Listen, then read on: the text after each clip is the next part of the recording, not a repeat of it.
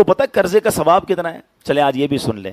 معراج کی شب نبی پاک علیہ الصلوۃ والسلام جب معراج کو تشریف لے گئے تو آپ نے جنت کے ایک دروازے پر لکھا ہوا دیکھا کہ صدقے کا ثواب 10 گنا ہے اور قرضے کا ثواب 18 گنا ہے. تو آپ نے جبریل امین سے پوچھا اے جبریل ایسا کیوں؟ تو انہوں نے عرض کیا یا رسول اللہ صدقہ تو ہر کوئی مانگ لیتا ہے. دیکھا نا آج کل بھی کوئی غریب کھڑا ہو جاتا ہے, پتہ نہیں غریب ہے کہ نہیں ہے, وہ مانگ رہا ہوتا ہے. فرمایا قرضہ وہی مانگتا ہے جو ضرورت مند ہوتا ہے, جس کو لوٹانا ہوتا ہے. ایک حدیث پاک سنیے گا. میں اب تھوڑا سا یہ جو پیسے والے لوگ ہیں نا, میں ان کو ایک بہت کمال کا فارمولہ دینے جا رہا ہوں. الحمدللہ یہ کر کے دیکھیے گا, آپ کو مزے کو مزہ آ جائے گا. حدیث پاک کا مضمون ہے کہ جب بندہ کسی مسلمان کو قرض دیتا ہے, میں ایگزامپل کے طور پہ سمجھاتا ہوں, آپ سے کسی آپ کے امپلائی نے ہی, آپ کے یہاں کام کرنے والے نے کہا صاحب مجھے ضرورت ہے 50,000 روپے کی. اچھا بھائی آپ نے اس سے طے بھی کر لیا کتنے ٹائم میں دو گے, کا 4 مہینے میں دے دوں گا. آپ کو پتا ہے میرے پاس ہی نوکری کرتا ہے, کہاں جائے گا, نہیں دے گا تو کاٹ لوں گا. 50,000 روپے آپ نے اس کو قرضہ دیا 4 مہینے کے لیے. حدیث پاک کا مضمون ہے اس بندے کو روزانہ 50,000 روپے صدقہ کرنے کا ثواب ملتا ہے. آپ حساب کریں, مہینے کے کتنے بن گئے؟ 15 لاکھ روپے. 4 مہینے کے کتنے بن گئے؟ 60 لاکھ روپے. 60 لاکھ صدقے کا ثواب ملا, 50,000 4 مہینے بعد واپس بھی آ گئے.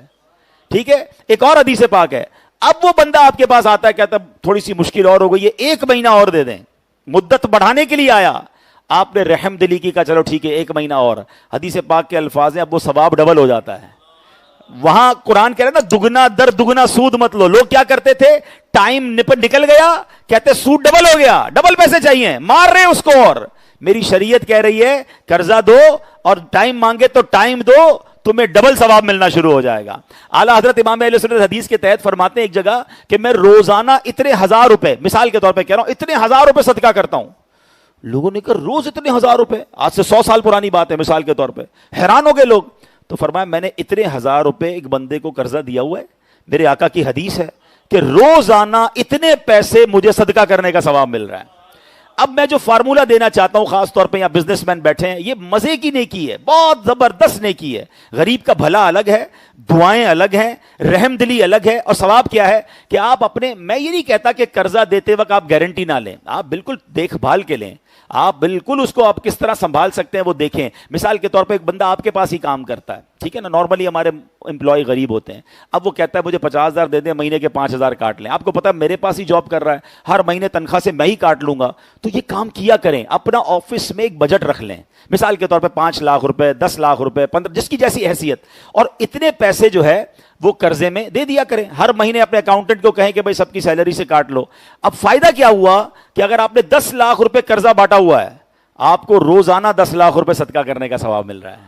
بعض اوقات غریب آدمی کی چھوٹی سی مدد سے اس کا بڑا مسئلہ حل ہو جاتا ہے, اس سے رحم دلی دل میں آتی ہے. ہاں میں ان لوگوں سے بھی ضرور بات کروں گا جو قرضہ لے کر پھر ٹائم پہ نہیں دیتے, یہ نہیں کرنا چاہیے.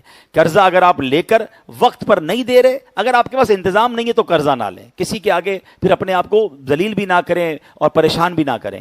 آپ کو پتا ہے کہ یار میری سیلری ہے, میری کوئی BC آنی ہے, واٹ ایور آپ کے پاس انتظام ہے, قرضہ لیں اور سچی نیت سے لیں. یاد رکھیے مسلمان سچی نیت سے قرضہ لے کہ میں نے لوٹانا ہے, اللہ فرشتے بھیجتا ہے اس کی مدد کر کے, اس کا قرضہ اتر جاتا ہے.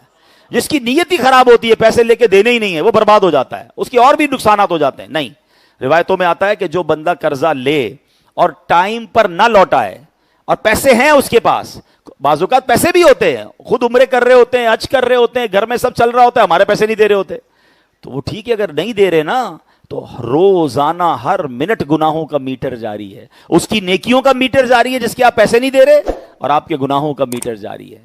اور یہ قرضہ یہاں نہ لوٹایا نا تو قیامت کے دن پیسوں کی صورت میں نہیں لوٹانا ہوگا. سیدی اعلیٰ حضرت امام اہل سنت لکھتے ہیں جو کسی کے 3 پیسے جان بوجھ کر دبا لے, غور سے سنیے گا, کتنے پیسے؟ 3 پیسے تو آج کل چلتے ہی نہیں ہیں, لیکن اس کو اس کے بدلے 700 مقبول با جماعت نمازیں دینی پڑ جائیں گی. کتنے پیسوں کے بدلے؟ 3 پیسے کے بدلے نمازیں کتنی؟ 700, وہ بھی مقبول اور وہ بھی با جماعت. یہ تو پوری زندگی میں ہمیں نہیں پتا ہماری 700 مقبول جماعت والی نمازیں ہیں کہ نہیں. اور ادھر تو لاکھوں روپے ہڑپ کر جاتے ہیں, زمینوں پہ قبضہ کر لیتے ہیں, کہتے ہیں جو ہوتا ہے جو کر سکتے ہو کر لو. اللہ کے بندوں آج تم یہ کر لو گے, کل کیسے لوٹاؤ گے؟ وہ تو امیر ہو جائے گا قیامت کے دن, تمہاری ساری نیکیاں اسے مل جائیں گی. اور ایسا نہیں کہ نیکیاں دے کر پوری نیکیاں نہ ہوئی نا تو پھر مظلوم کے گناہ ڈالے جائیں گے اس بندے کے سر پر جو ظالم ہوگا, جس نے مال دبایا ہوگا. تو قرضہ لیں تو پریورٹی ہو کہ ٹائم پہ لوٹائیں. لوگ بدل جاتے ہیں, پہلے پیسے لیتے ہیں, کہتے ہیں حضرت دے دیں, بڑی مہربانی, منتیں, ترلے, اس کے بعد فون ہی نہیں اٹھاتے. اب قرضہ. اچھا, میں نے ایک سوشل میڈیا پر پوسٹ پڑھی تھی بڑی کمال کی, وہ کہتا ہے پاکستان ایسا ملک ہے کہ جہاں اپنے ہی پیسے واپس لینے کے لیے اپنی کوئی پرابلم بتانی پڑتی ہے. کسی کو قرضہ دیا, وہ دے ہی نہیں رہا, پھر بندہ کہتا ہے میری ماں بیمار ہے یار, وہ میں نے پیسے دیے تھے واپس دے دو. اپنے پیسے لینے کے لیے اپنی کوئی پرابلم بتا, یار میری فیکٹری میں مسئلہ ہو گیا, جو میں نے قرضہ دیا تھا واپس دے دو. بھائی کیوں پرابلم بتانی, میرے پیسے واپس کرو اور ٹائم پہ دو. تو لینے والوں کو بھی ٹائم پہ دینا چاہیے, اور جو دینے والے ہیں انہیں نرمی کرنی چاہیے. یہ کام کرتے رہنا. تھوڑے بہت پرابلم بھی ہو تو کوئی بات نہیں, میں آپ کو حدیث سنا کے اپنا بیان ختم کرتا ہوں. حدیث پاک میں آتے ہیں گناہگار شخص کی مغفرت ہو گئی, روایتوں کا مضمون ہے. تو اس سے پوچھا گیا کہ تو بڑا گناہگار تھا, تیری کیسے بخشش ہو گئی؟ تو بندہ کہتا ہے میرے پاس کوئی نیکی نہیں تھی, بس ایک نیکی تھی, میں لوگوں میں قرض دیا کرتا تھا. ایک بندہ رکھا تھا, وہ ہر مہینے جا کر قرض کی رقم وصول کرتا تھا, اور میں نے اپنے بندے کو کہا ہوا تھا اگر کوئی مجبور ہو, پریشان ہو, مہلت مانگے تو اسے مہلت دے دیا کرنا, آسانی دے دیا کرنا. مرنے کے بعد مجھے بتایا گیا کہ تو میرے بندوں کو جو آسانی دیا کرتا تھا, معاف کیا کرتا تھا, میں نے تیرے سارے گناہ معاف کر دیے. یہ بات سیکھنی ہے. اللہ کو بڑا پسند ہے کہ ہم آسانیاں